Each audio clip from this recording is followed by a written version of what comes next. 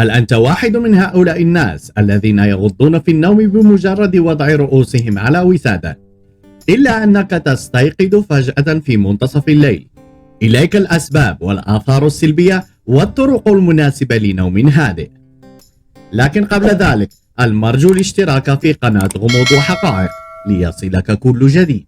النوم هو أحد أهم الاحتياجات الإنسانية، خاصة وأن وتيرة الحياة ارتفعت بشكل كبير في السنوات الأخيرة، وحرم الكثير منا من أخذ قسط وافر من النوم.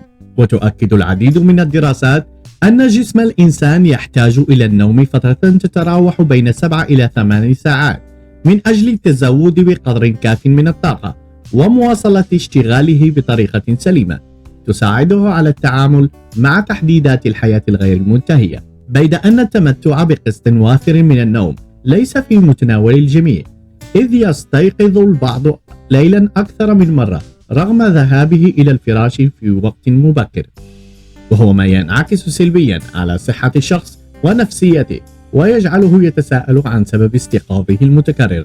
وفي هذا الشأن يؤكد خبير النوم نيل ستانلي أن سبب الاستيقاظ ليلا يكمن في إيقاعات النوم الطبيعية، ويضيف وفق ما أشار إليه موقع جريدة دوسان البريطانية أنه في مرحلة أولى من النوم يطلق المخ موجات بطيئة، كما تتراوح مدة هذه المرحلة بين 2 إلى 3 ساعات.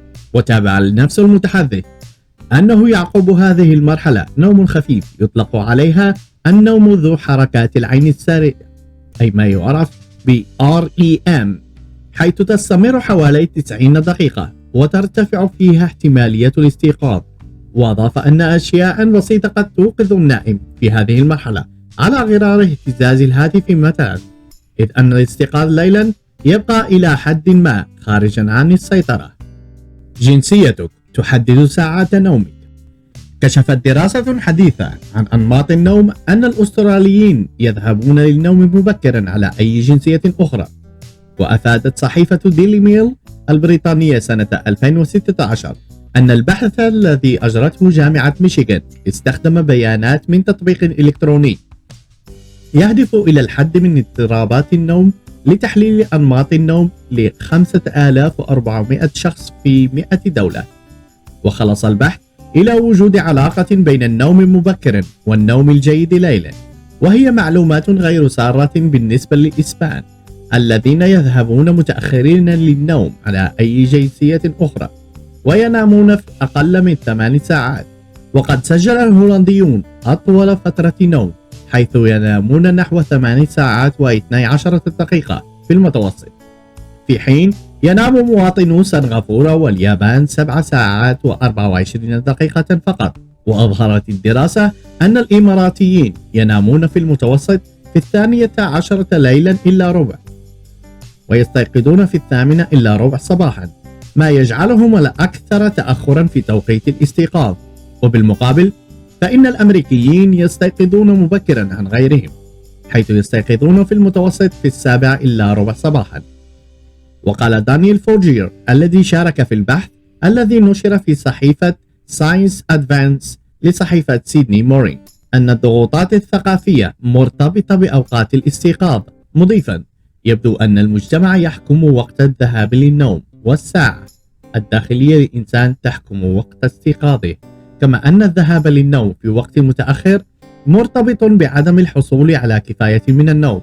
ويشار إلى أن الجسم لديه ساعة طبيعية تعمل على مدار 24 ساعة وتتفاعل مع الإشارات اليومية من البيئة والضوء والظلام. وخلصت الدراسة أيضا إلى أن النساء ينامن حول 30 دقيقة أكثر من الرجال في كل الفئات العمرية. الأسباب التي تجعلك تستيقظ في الليل: أولا، تكرار الحاجة إلى التبول. إن التبول الليلي أمر طبيعي للكثير، وله عدد من المحفزات التي تدفع المرأة إلى الاستيقاظ بالليل لإتمام عملية إخراج البول. ويعتبر الاستيقاظ مرة واحدة للتبول أثناء الليل أمرا طبيعيا وشائعا لدى الرجال والنساء.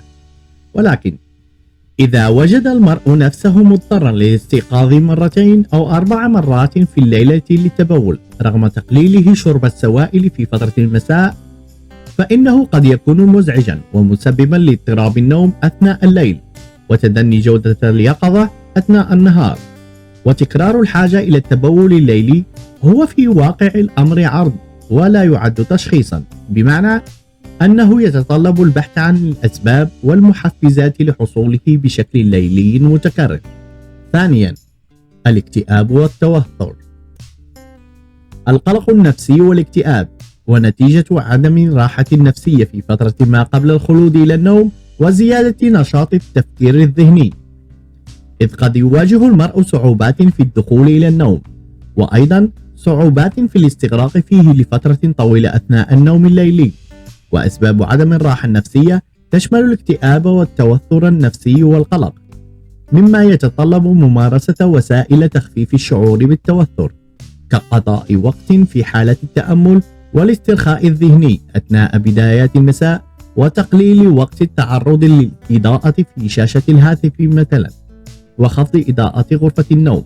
ثالثا، كل إنسان لديه ساعة بيولوجية متزامنة مع التوقيت الشمسي للشروق والغروب طوال فصول السنة، ومدة اليوم فيها متوافق مع مدة اليوم الشمسي أي 24 ساعة.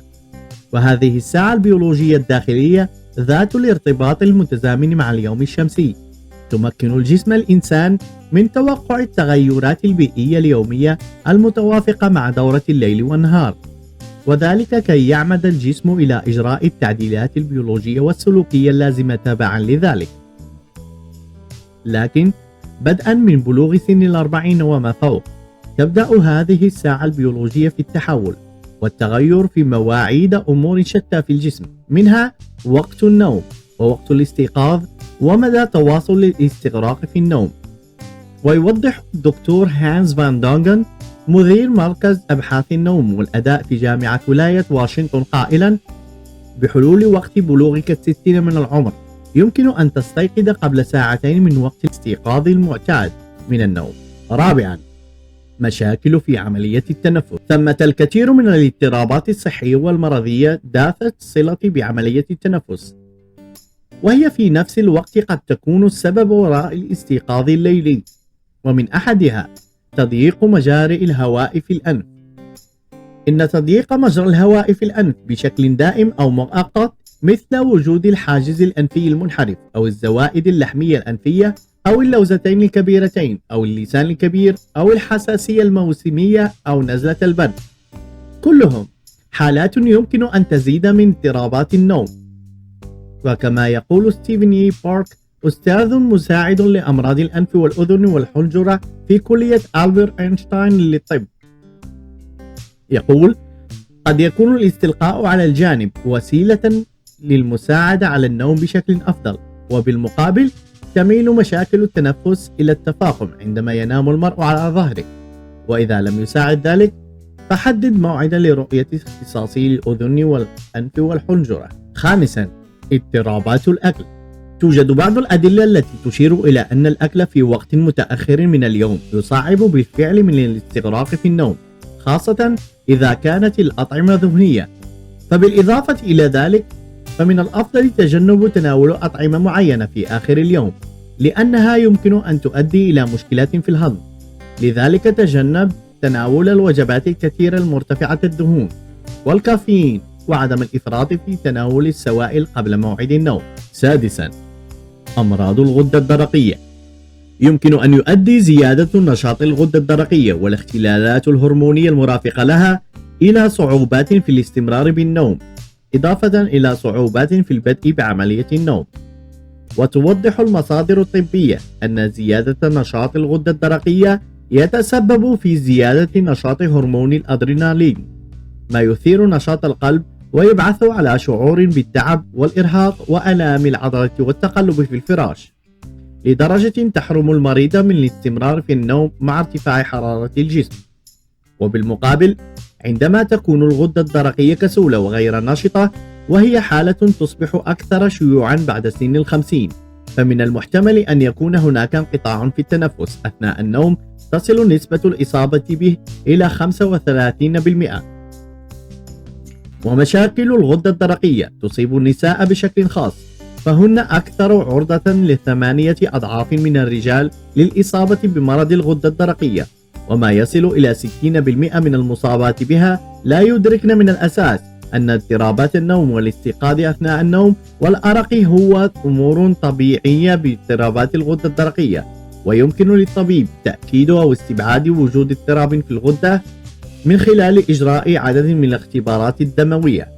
ويمكن معالجة اضطرابات الغدة الدرقية وتحسين التغذية لتحتوي على معادن اليود والزنك والسيلينيوم في استعادة وجود مستويات طبيعية للهرمونات الغدة بالجسم، وبالتالي إزالة تلك الاضطرابات في النوم. الحل بسيط للغاية، ويتمثل في تناول وجبات صغيرة وعدم تناول الطعام في وقت متأخر من الليل وإنقاص الوزن، إذ أن تناول وجبة ثقيلة جدا بالقرب من وقت النوم قد يجعل من الصعب على المرء النوم أو الاستمرار فيه، وألم البطن المرافق قد يثير معاناة من كوابيس وأحلام. وعلى الجانب الآخر فإن الجوع وانخفاض السكر في الدم نتيجة عدم تناول الطعام قبل النوم يمكن أن يسبب الأرق والاستيقاظ أثناء النوم الليلي. إذا أعجبك الفيديو لا تبخل علينا بالاشتراك وتفعيل الجرس.